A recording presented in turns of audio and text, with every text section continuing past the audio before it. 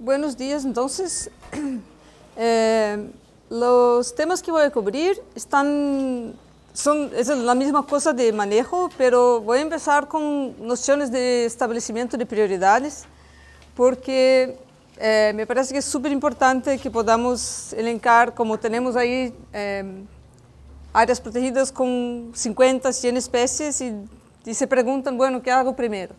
Entonces, este primer abordaje tiene esta función de discutirmos un poco cómo definir cuáles especies o cuáles sitios o cuáles áreas debemos abordar primero, y después vamos a pasar a las cuestiones de técnicas de manejo. Puede ser que yo hable un poco de portugués con el español, así que si hay algo que no comprenden, por favor avísenme. Y bueno, como les dijo, soy de Brasil. En 2002 fundamos una ONG, una asociación civil sin fines lucrativos, para trabajar en este tema de especies invasoras, porque prácticamente no había gestión de gobiernos, y esto es más o menos nuestra misión, es trabajar con gobiernos en nivel provincial, nivel federal y con otros países en desarrollar gestión para especies invasoras, capacitar gente para manejo, hacer difusión de información. Mantenemos una base de datos nacional de especies invasoras en Brasil y también un poco de investigación en algunos casos, especialmente con una visión aplicada a definir mejores métodos de manejo para ciertas especies, ¿sí? Entonces, como les decía, la preocupación es siempre que cuando se hace un diagnóstico, un plan de manejo para un área protegida, de manera general, muchas veces se deja de fuera las especies exóticas o exóticas invasoras. Eso ya es un problema porque ahí no tienen una visión de los problemas que tienen. Pero si en un diagnóstico o un plan de manejo se hace una lista de especies y ustedes tienen 50 o 30 especies, tienen que tomar una decisión y decir, bueno, ¿por dónde empiezo? Muchas veces no tenemos capacidad instalada para hacer manejo de 30 plantas de una sola vez, y entonces tenemos que comprender lo que son las mejores oportunidades para hacer control, y eso tiene que ver con una serie de cosas. Bueno, una cuestión que es súper importante, justamente porque comenzamos ahora, como en México, como en Brasil, también es un tema reciente y el manejo empieza, es generar referencias positivas.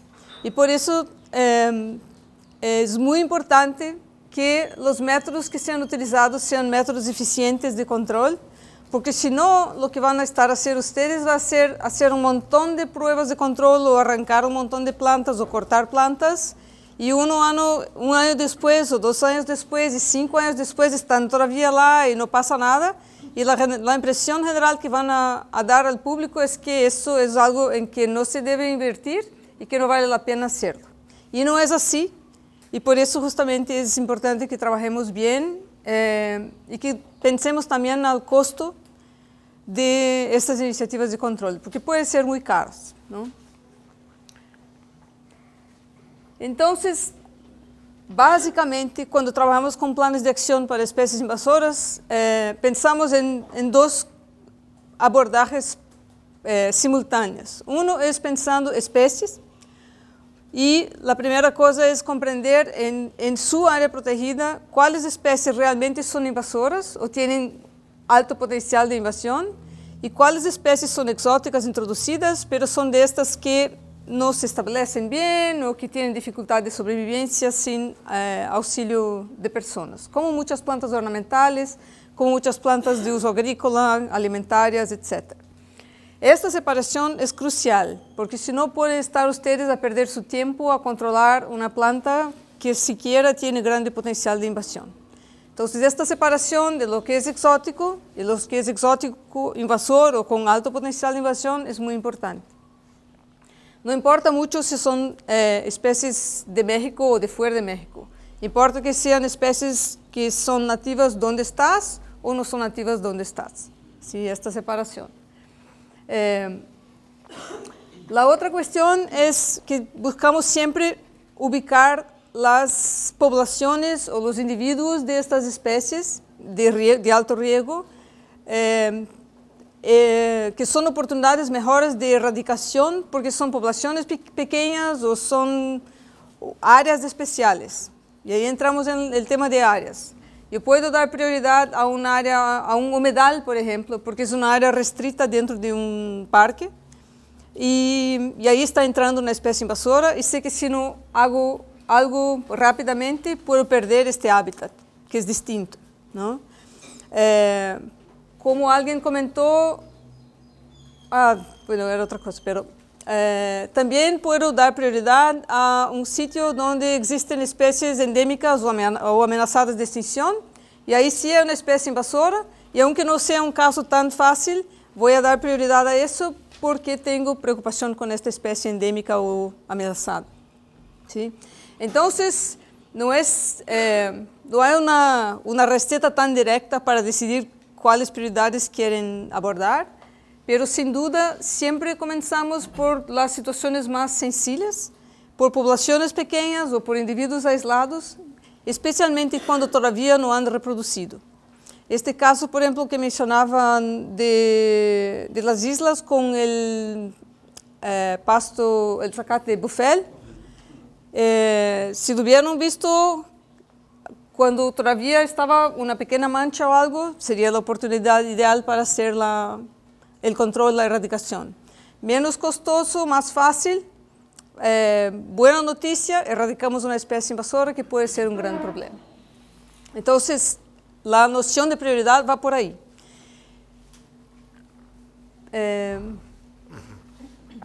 Una posibilidad para definir prioridades es también decidir si no tienes muchos recursos, si no tienes mucho apoyo, si no tienes mucha gente. Bueno, ¿qué puedo ser yo que va a me dar un resultado positivo y que sea efectivo en términos del control? Entonces, tenemos esto como un ejercicio de una visión en que separamos las especies en 4 cuadrantes.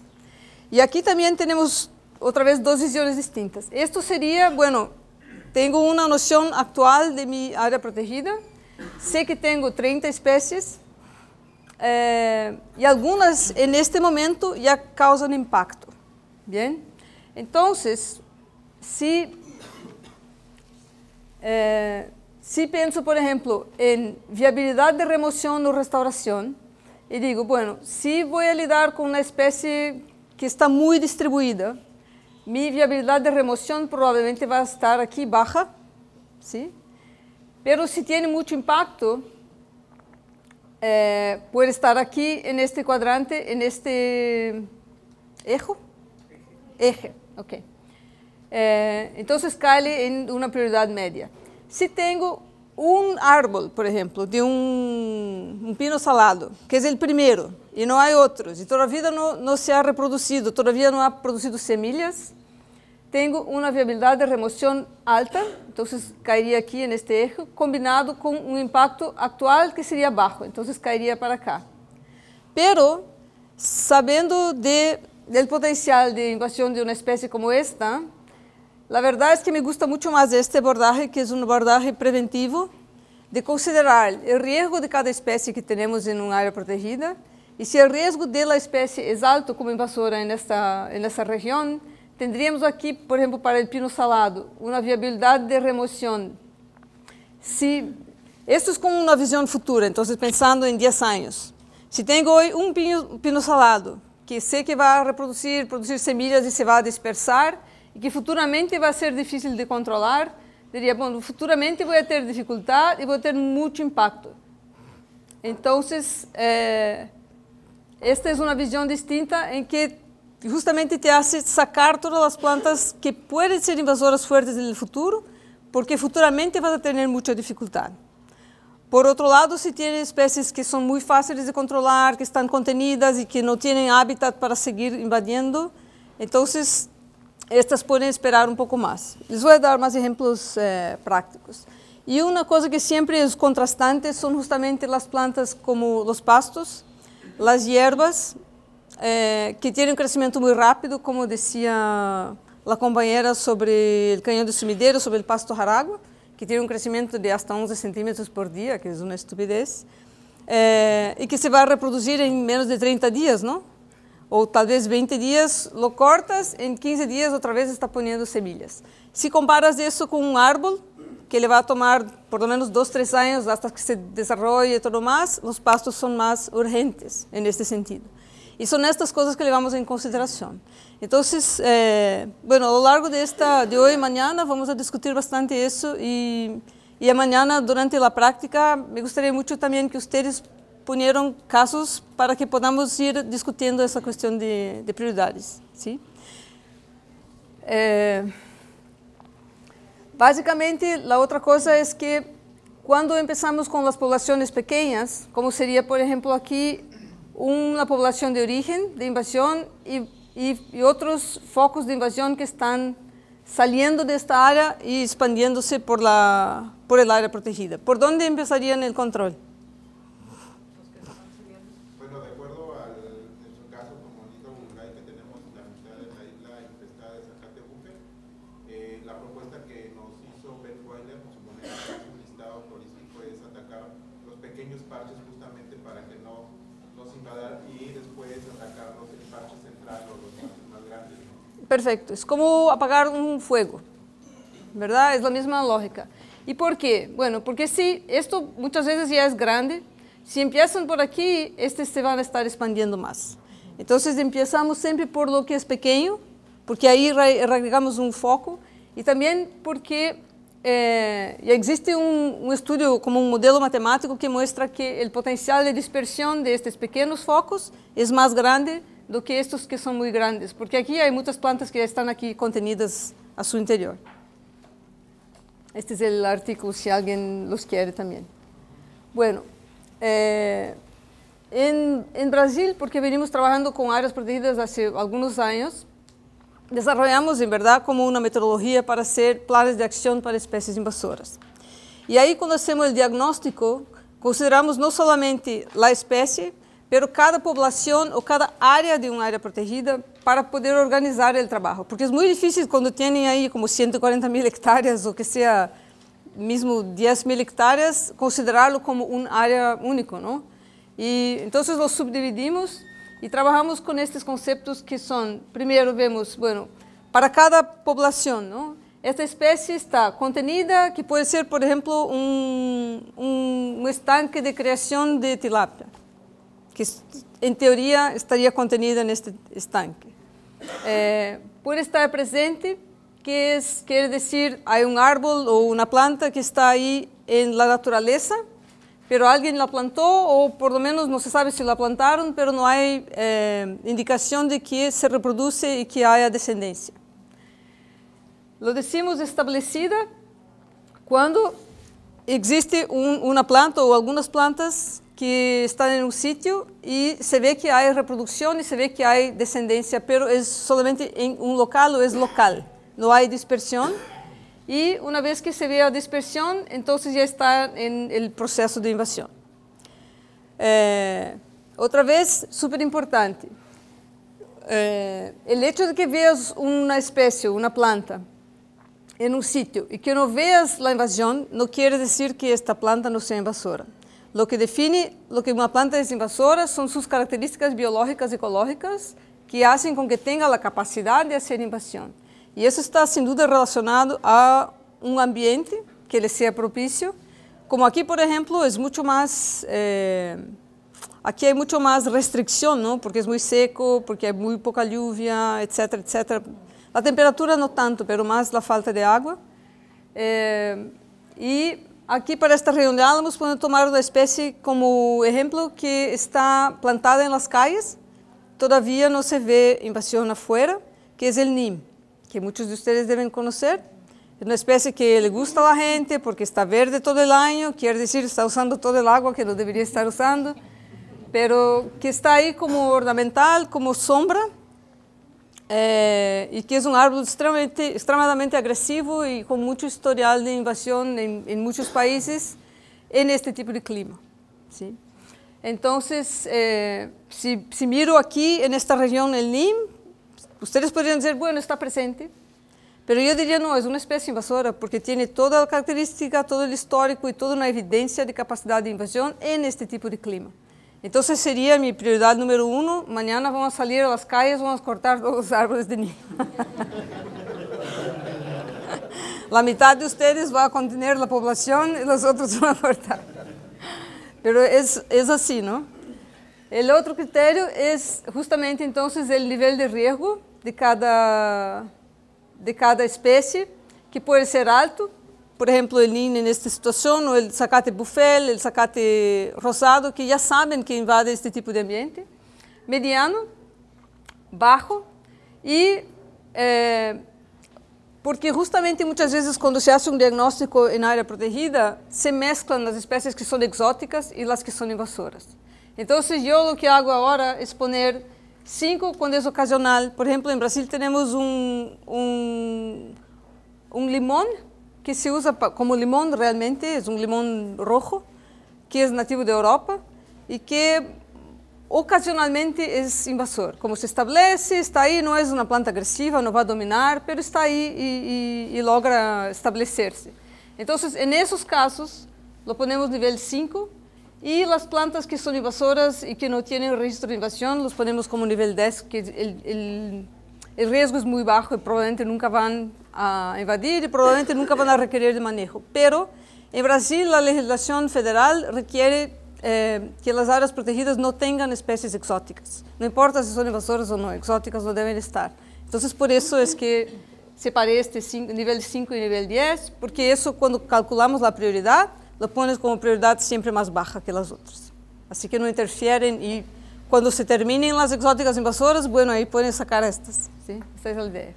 Y también trabajamos con esta idea de grado de dispersión, en que vemos, por ejemplo, si puede ser en un sector de un área protegida, si está solamente en un punto, o sea, hay una planta o una manchita aquí, pero no hay más.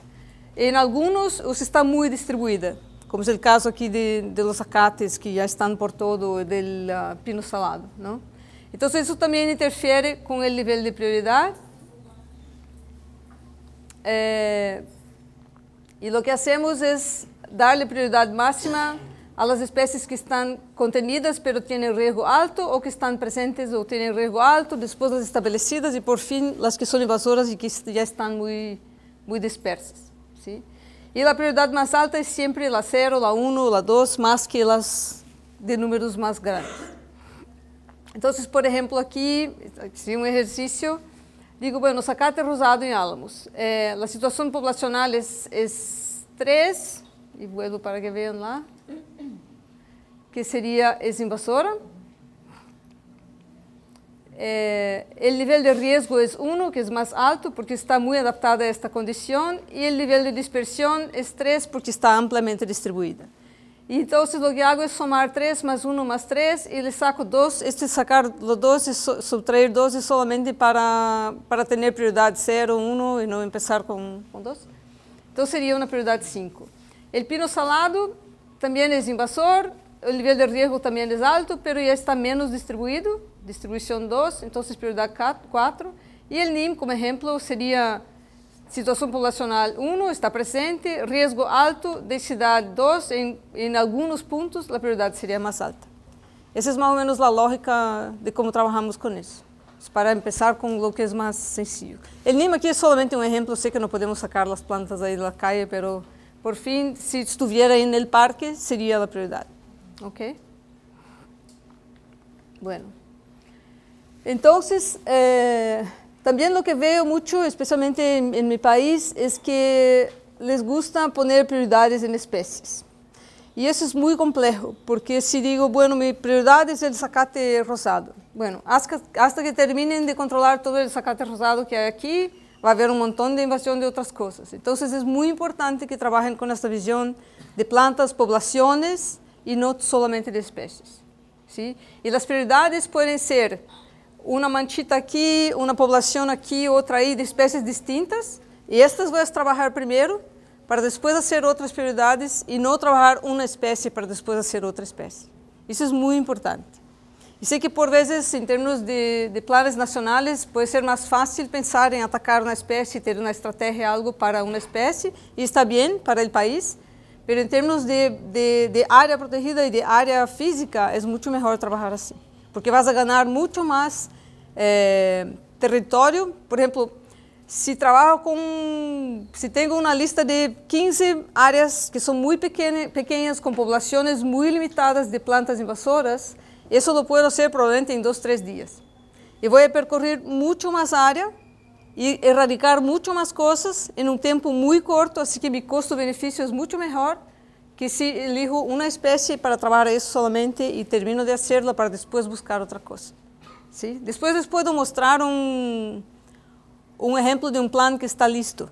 ¿Sí? Es que tengo, por ejemplo, estoy terminando de hacer uno ahora para Brasil, en un área protegida, donde había 51 especies exóticas, de las cuales 15 son agresivas invasoras, las otras 18 son más o menos, y las otras ya no son problema, pero son fructíferas y cosas que están ahí. Y por ahí tengo una lista de 400 y casi 500 puntos de ocurrencia, y esto hay que ordenarlos para decir que es prioridad, y es con esta lógica que lo hago.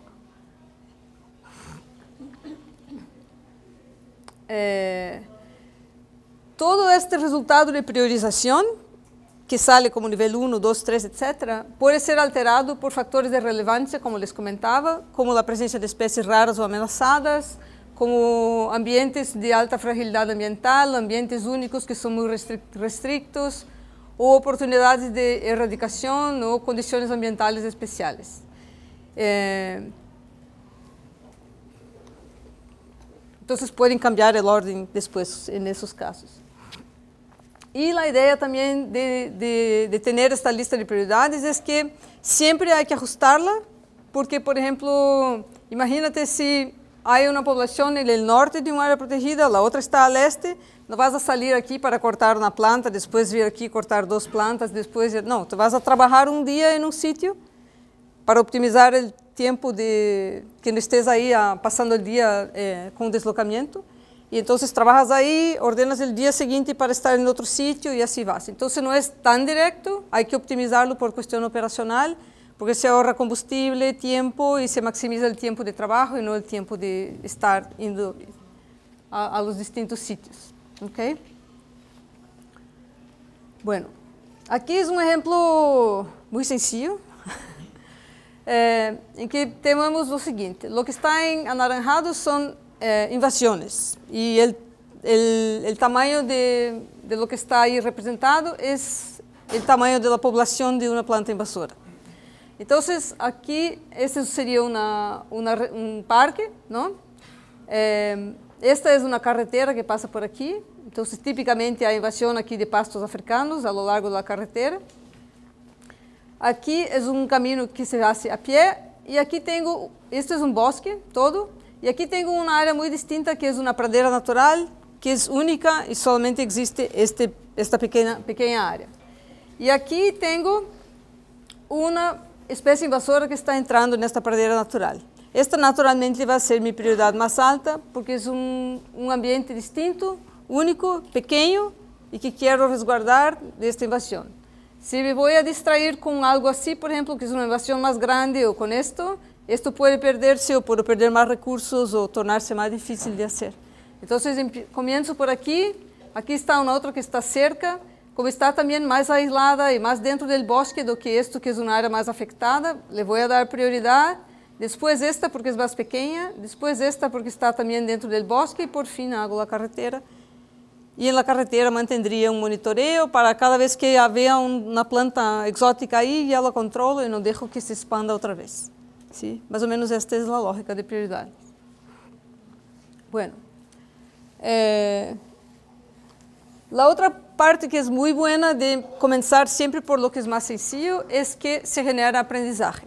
Este es un tema nuevo para nosotros todos y el manejo es siempre una novedad, porque nunca sabes exactamente qué va a pasar y cómo las plantas van a reaccionar a tus prácticas de control. Puede ser que en un ambiente un control sea más efectivo que en otro por las condiciones ambientales de sequía o de calor o de frío o lo que sea. Y siempre hay que considerar que eso puede pasar. Entonces, hacer un control puntual de ir a un sitio, arrancar una planta, pensar que viste todas y que ya no hay, y no volver ahí, es como hacer un esfuerzo de restauración en que la gente va, plantan árboles y 5 años después van a ver qué pasó, y se murieron como 70% porque no los cuidaron. Entonces es lo mismo, ¿sí? Eso es un proceso de restauración ambiental, y una vez que inviertan en hacer una acción, tienen que darle seguimiento. ¿Okay? Y como les dije antes también, es súper importante generar resultados positivos para que se pueda estimular ese trabajo y que haga más trabajo práctico. Y van a ver que van a tener una satisfacción muy grande de lograr erradicar o controlar plantas efectivamente y ver que el ambiente se recupera. ¿Okay?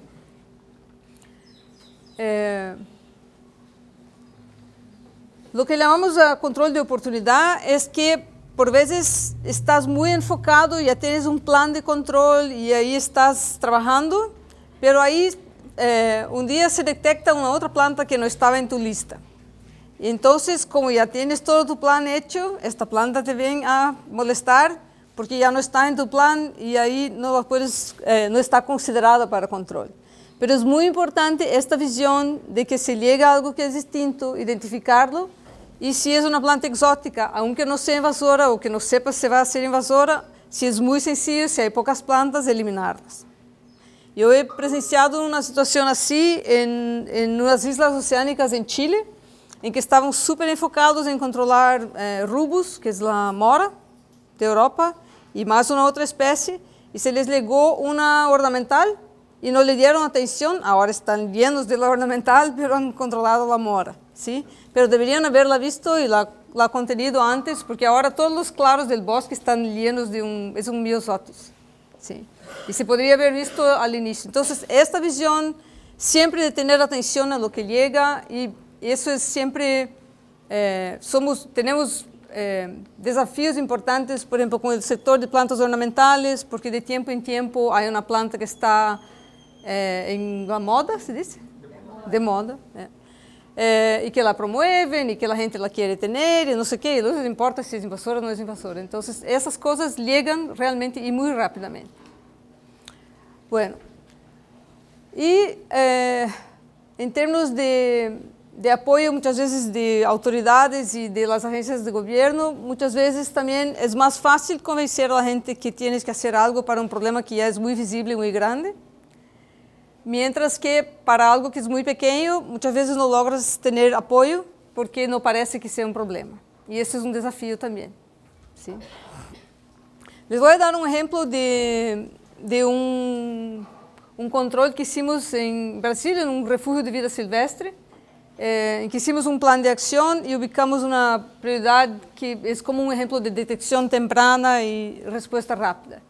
Eso es un control de braquiária, que es un pasto africano, que ustedes muchos deben conocer y deben tener por ahí, que llegó a un refugio de vida silvestre. Aquí está Sudamérica, el mapa de Brasil, estamos aquí justamente en el sur, en la ciudad de Porto Alegre, y aquí está el refugio de vida silvestre, que está cerca de la ciudad, pero es un área natural.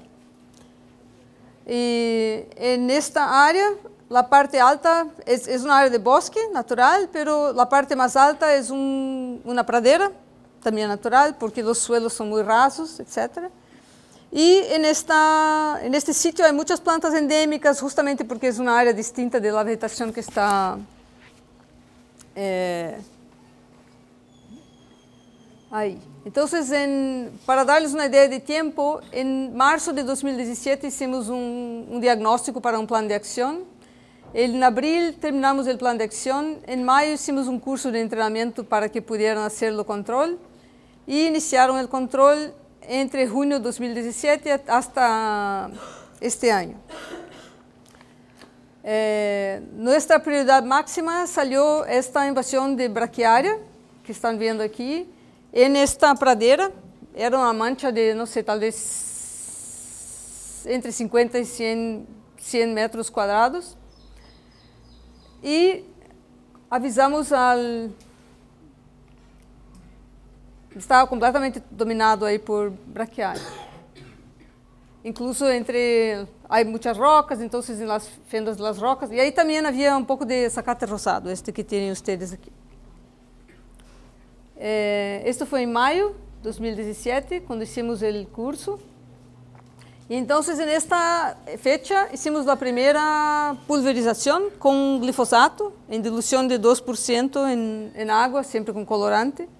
Y fue el primer trabajo de control, 2 meses después de la detección. Especialmente cuando trabajas con pastos, es muy útil para que con un área así en que estás caminando, si no tienes colorante no sabes dónde has aplicado, no lo ves. Por eso. Y por seguridad también personal. Entonces en 2 meses el primer control, y después cuando me preguntaban, bueno, ¿en cuánto tiempo tengo que volver aquí para hacer el segundo control? Decía, bueno, tienen que monitorear porque puede ser que se recupere en 1 mes, puede ser que se recupere en 3 o en 4, no sé. Entonces no era una área difícil, entonces a cada 15, 20 días subían para ver cómo estaba. Y cuando volvía a crecer, antes que pusiera semillas, hacían otra aplicación. Entonces hicieron 3 nuevas aplicaciones a lo largo de 1 año. Y al final, como había pocas plantas, la arrancaron manualmente. Y con eso, este es 1 año y 3 meses después del primer control. Ahí están las plantas nativas. Es el mismo sitio, con una diversidad súper alta. Ahí se ve todavía la paja seca de la braquiaria. Y ahí no se plantó nada, es recuperación natural. Ahora si les pregunto, ¿por qué si todas esas semillas estaban ahí, no estaban las plantas con la braquiaria, cuando estaba la braquiaria?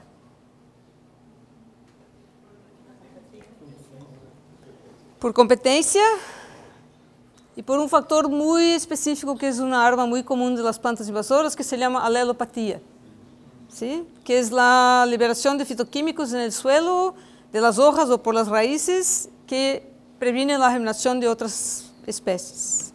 Y con eso ganan espacio y ahí se están.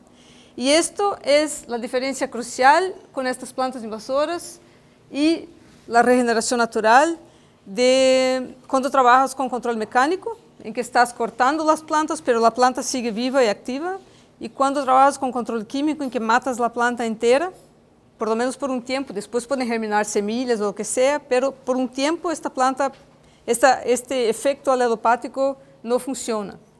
Y ahí justamente das la oportunidad de que germinen las otras plantas y que ocupen ese espacio.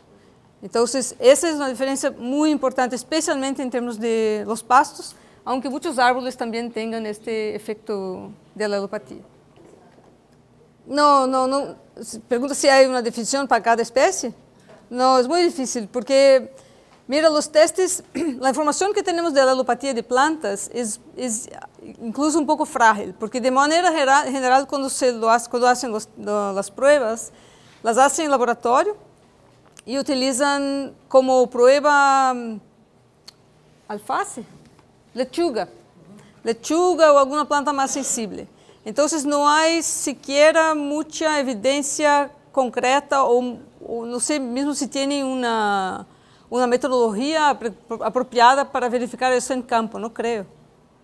Entonces lo que hacen es sacar extractos de las hojas, de las raíces, ponerlo a hacer una solución y con eso asperjar con eso preparar un sustrato en que ponen semillas de algunas plantas para germinar y ven si germinan o no.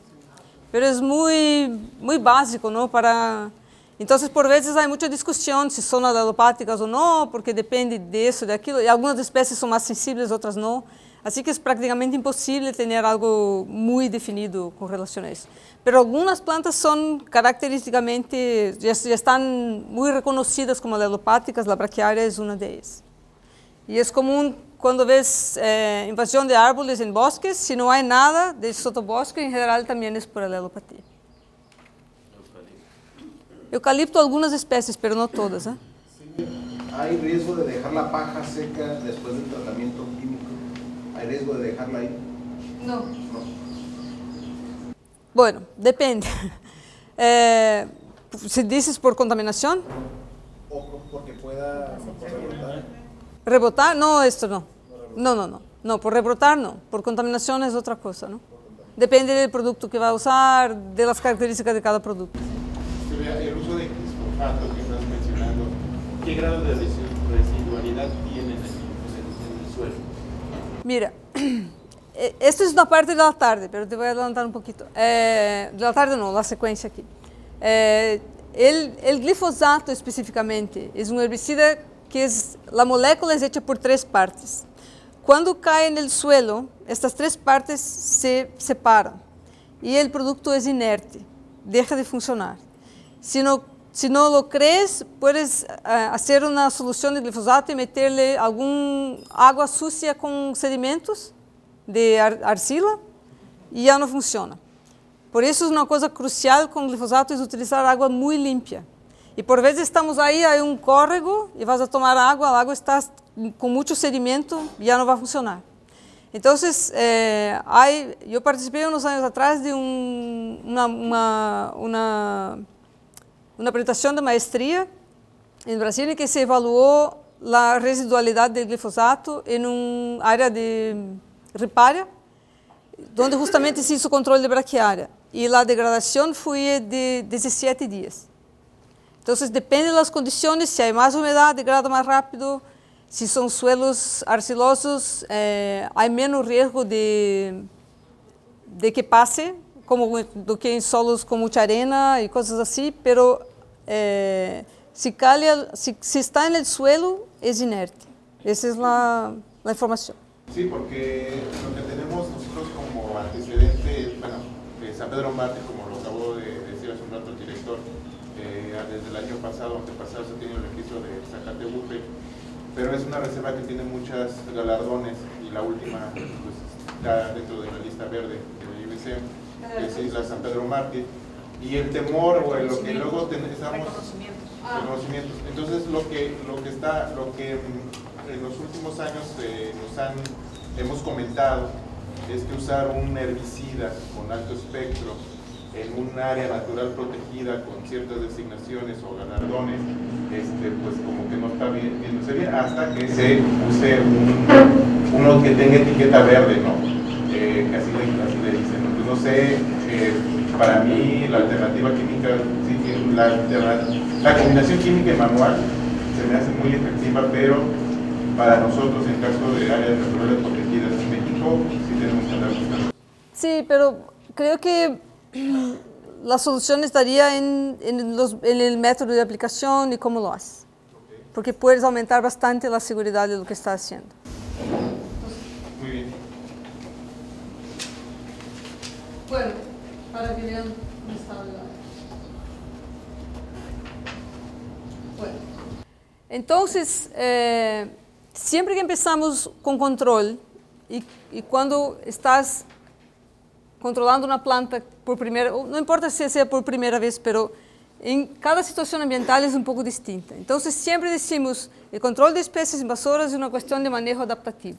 ¿Qué quiere decir? Bueno, quiere decir que no tienes que saber qué va a pasar, porque no sabes, y que puedes trabajar aprendiendo de cada intento de control que haces. Entonces, por ejemplo, mañana vamos a trabajar con el carrizo gigante. Vamos a hacer un método de control, podemos intentar un segundo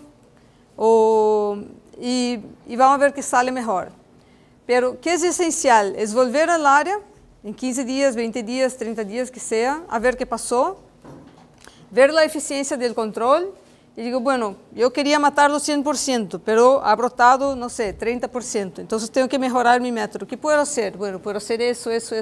Entonces, a cada vez tienes que ajustar tu método para que funcione, ¿sí?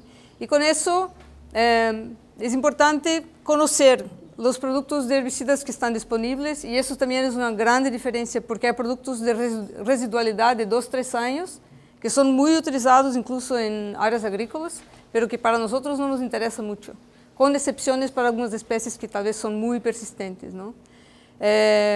Y también otras opciones de de productos adjuvantes que são utilizados nas mezclas para aumentar a eficiência de absorção e tudo isso.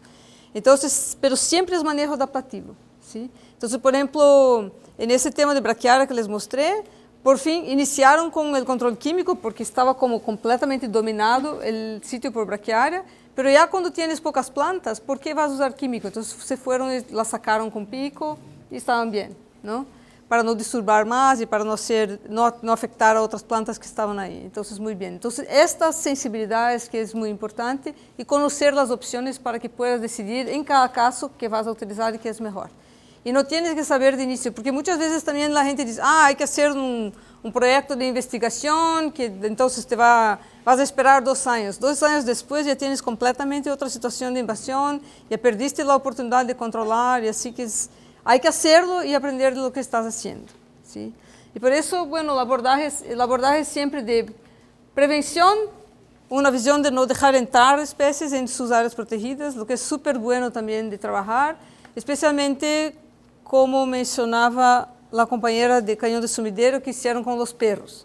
Salieron a compreender por onde estavam chegando, então ubicaram os sítios, as rutas de introdução, e los barraram por aí, e por aí se pode trabalhar com várias coisas.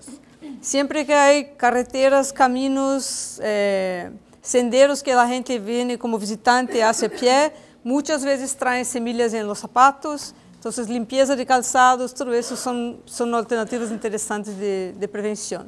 E há que também verlo para cada área, lo que sirve. O tema de detecção temprana é justamente para ter um ojo para tudo que chegue que todavía não está, ou para novas populações de espécies que já estão, mas que são facilmente controláveis, e aí a controlá-las.